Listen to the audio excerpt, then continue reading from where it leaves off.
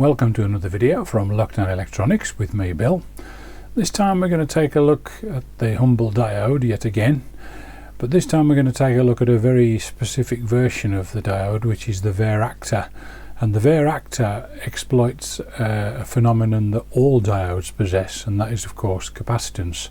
So let's start by having a look at the theory and how Varactors are constructed and what they do. A reminder of the operation of a diode then. So we have cathode and anode consisting of N p-type material there.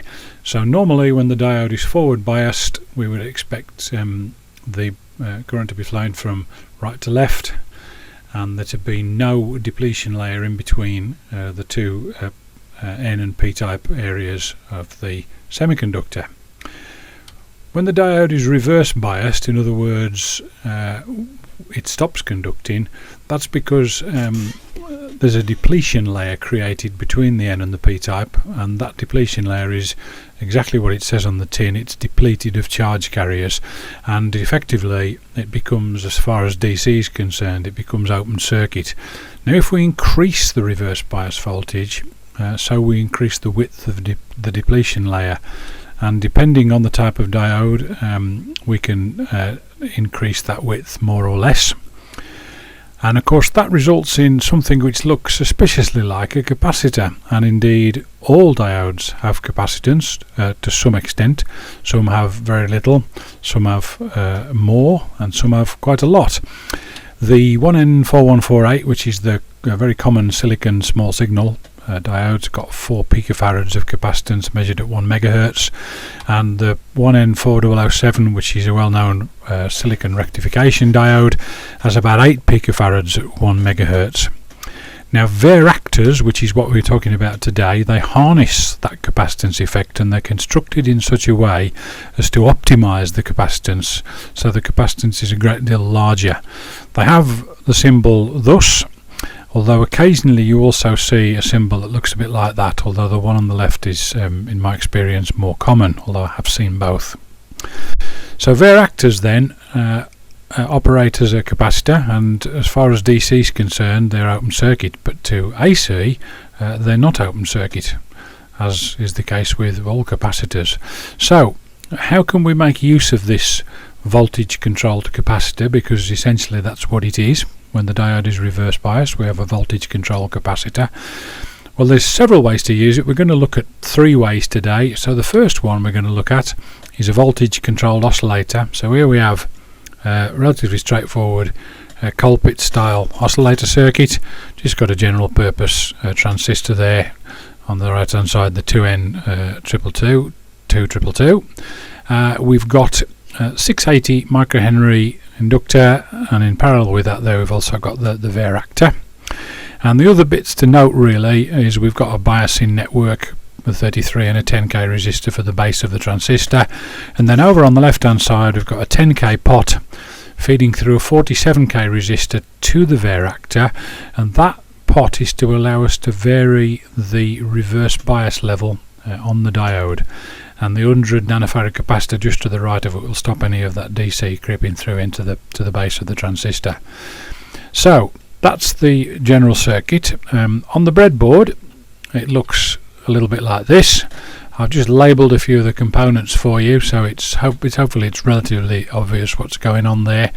The 2 large yellow capacitors are actually the small value, quite 2N2, and the very large, the small, much smaller blue capacitors are the 100N, and the really tiny capacitor is the blue one, centre stage. So the reason for the difference in size is simply working voltage, and it's just happened to be what I had to hand, and hopefully you can work out for yourselves the values of the resistors. And finally the trim pot for doing control is the square blue component on the centre left hand side. The diode is labelled D1, and the transistor I've labelled Q1. So that's the breadboard layout. Let's now go and have a look on the bench.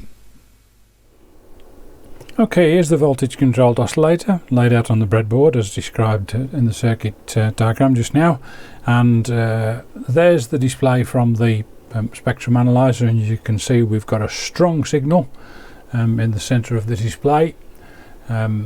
centered around about 300 kilohertz at the moment, and the bias voltage on the Varicap is about 2.5 volts, something like that. So I'm just going to adjust that. So first of all, I'm going to reduce it, and you can see the spike is now moving to the left as the frequency drops, and we've got about well, it's roughly about 26 kilohertz per division. So as you can see, I've managed to go down there about 75 kilohertz, and if I now increase the voltage, I can easily get up to about 420 kilohertz there. We're on just on about 6.9 volts.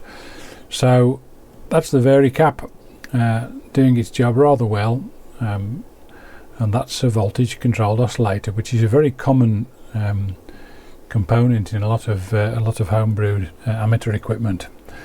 Okay, I'm just going to reconfigure that circuit, and then we'll have a look at another use for this kind of circuit.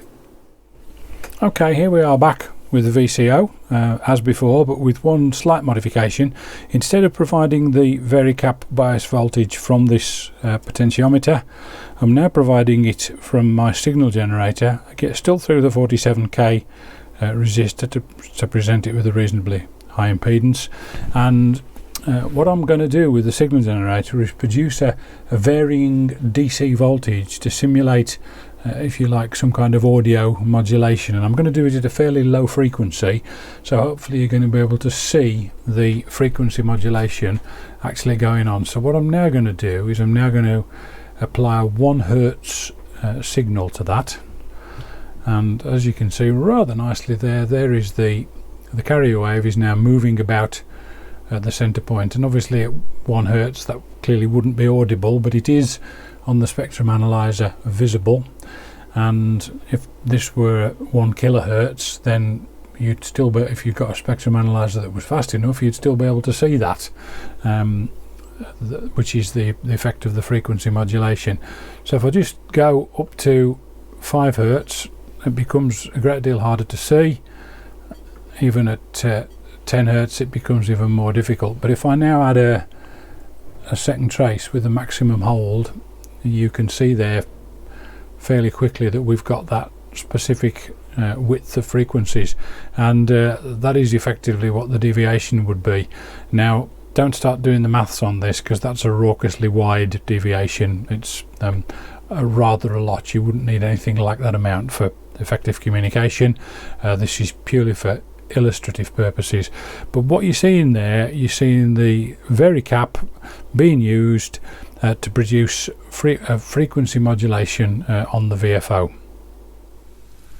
Okay, that's the voltage controlled oscillator, and you've seen two variations on it. You've seen this variation as drawn here, where it's changing the value of the 10k potentiometer results in the frequency of the oscillator changing, and then I simply substituted the 10k resistor for a supply from my signal generator, so that we could have a look at how frequency modulation can be produced.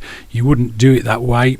You'd find a better way to do it in a conventional circuit. You probably wouldn't want to directly modulate the VFO, but hopefully you got the general idea of how frequency modulation works.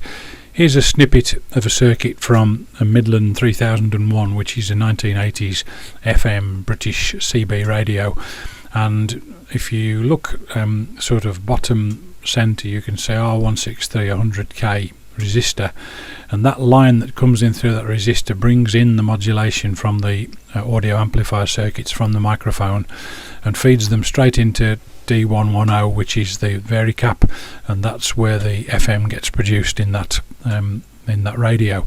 So that's a real live example of FM modulation in a circuit. Okay, let's move on then and have a look at another application for Varicaps. So this is a voltage controlled filter, and quite a nice little circuit. So what we've got going on here is we've got a filter with an input on the left and an output on the right, and it consists of 4 inductors and actually 3 capacitors. So we've got a fixed 420 picofarad on the right there, but then we've got 2 Varicaps being driven by the same voltage divider and 47k resistor. And the reason we've got two varicaps is that what we don't want here is any of the frequencies coming into the filter to force either of those diodes to become forward biased and start conducting, because that could result in distortion. So by putting two varicaps sort of nose to nose like that, we eliminate that problem completely, because that won't happen either way. The disadvantage, of course, is that because we've now connected two capacitors in series, we have halved the value of the capacitance available. However, it still works okay, as we're going to see. So that's a voltage control filter. On the breadboard, really straightforward. Input is on the left hand side there. I've marked input.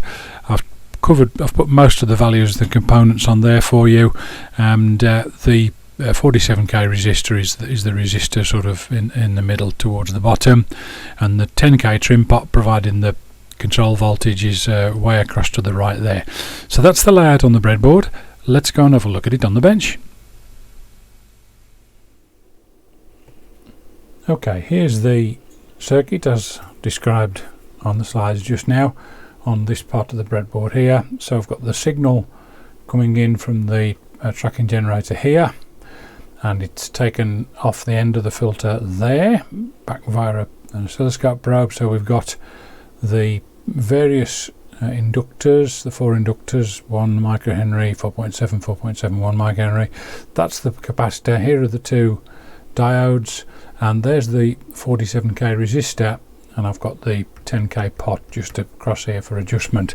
So let's now look at the current display coming off the spectrum analyzer. We've got about 1.9 volts currently present in between those two diodes.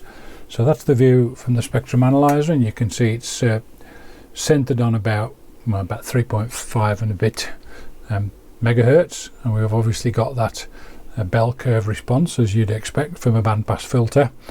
So adjusting the voltage then, if I turn the voltage down, we can see the region, the pass region, lowering in frequency. If I turn the volt, so just back there, we're at about 0.5 volts. If I turn that up, keep on going, we get to, well, I'll stop there for the purposes of showing you, that's about 5 volts. So you can see I've got a voltage control filter, and in this case the original circuit came from a 3.5 megahertz transmitter, the 80 meter ammeter band, and obviously this is a potentially quite a handy voltage controlled filter for a receiver. So as you can see, it responds rather well. So the vari caps doing their jobs nicely, or so I've led you to believe, because they aren't varicaps. Remember I said earlier on that all diodes display capacitance, some more than others. Well, these two are a pair of 18 volt Zeners, and they've got quite a reasonable spread of capacitance, as you can see. If I was to replace those with the proper Varactors, I'd get an even wider frequency spread. But don't think you need to necessarily go out and buy specific components for these. These 18 volt Zeners I bought because I needed one to repair a power supply, and I had to buy a packet of 10. So I just thought I'd try them out, because Zeners are usually pretty good at this kind of thing. And as you can see, if I vary the voltage in between them, they do indeed behave like Varactors, and we're doing exactly the same process. Increasing the voltage or increasing the reverse bias voltage results in a reduction in capacitance, and then vice versa, reducing the gate voltage. So if I reduce it now, we get a increase in capacitance and consequent lowering passband frequency. So there we go, that's a voltage controlled filter. Okay, well, you've seen three practical applications of a Varactor diode there, and I hope it's been useful. It's a component that I've not really had very much to do with in the past. I got a couple off eBay, and had a bit of play with them, and I've actually learnt loads and loads. So again, as I so often say on these videos, I would encourage you to have a go and experiment, because you'd be amazed how much you can learn. Thanks very much for watching. If you've liked the video, please click the thumbs up. If not, you can click the thumbs down. Please feel free to comment. Would be great if you could subscribe, and also perhaps share, so that other people can find out about the channel. That would help me. It costs nothing to subscribe or to share, but definitely helps me. Have a quick look in the description. There are some links to places where you can buy things, and purchasing them through those links is a way of supporting the channel in a small way, and that'd be great. And I will make sure that anything at all that comes back through that will get ploughed straight back into the channel. Hope to see you on the next video.